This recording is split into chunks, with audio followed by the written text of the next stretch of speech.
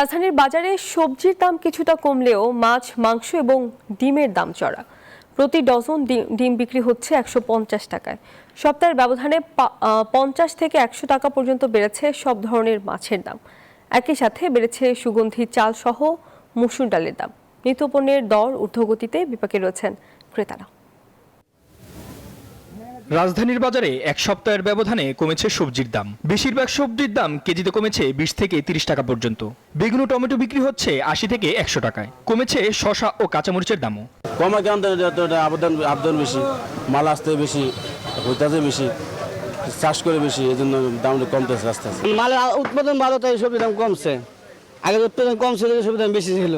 নিম্ন ও মধ্য আয়ের মানুষের আমিষের অন্যতম প্রধান উৎস ডিম। অথচ বাজারে এখন প্রতি ডজন ডিমের দাম 150 টাকা। কেজিতে 10 টাকা বেড়ে ব্রয়লার মুরগি বিক্রি হচ্ছে 190 থেকে 200 টাকায়। সরবরাহ কমের কারণে বেড়েছে মুরগির দাম। অজুহাত বিক্রেতাদের। মাল শর্ট, দাম বাড়ছে। মাল সিন্ডিকেট শর্ট বানিয়ে দেয়, মাল নাই, লেবারের দাম বাড়াই দিছে। এটা দিয়ে আমরা দুই বেলা খাচ্ছি ঠিকই, প্রোটিনের যে চাহিদা বা ভিটামিনের যে চাহিদা ঠিক মতো মিটতেছে না। সপ্তাহের ব্যবধানে 50 থেকে 100 টাকা পর্যন্ত বেড়েছে সব ধরনের মাছের দাম। তবে স্থিতিশীল রয়েছে গরু ও খাসির মাংসের দাম। স্বস্তি নেই পোলার চালের বাজারে। বর্তমানে 1 কেজি পোলার চাল কিনতে ক্রেতাকে গুনতে হচ্ছে 220 থেকে 230 টাকা। একই সাথে বেড়েছে চিনি সহ মসুর ডালের দামও। সামনের রেটগুলো আসতেছে আপনার 230 টাকা আমাদের কিনা হবে, এমআরপি হবে 250 টাকা। তারপরে আপনার খোলা যে পোলার চালগুলো কেজি তো 5-7 টাকা করে দাম বাড়তেছে।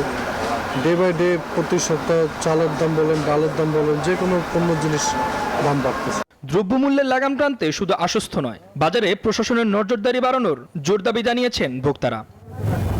মামুন ইসলাম, নিউজ 24, ঢাকা।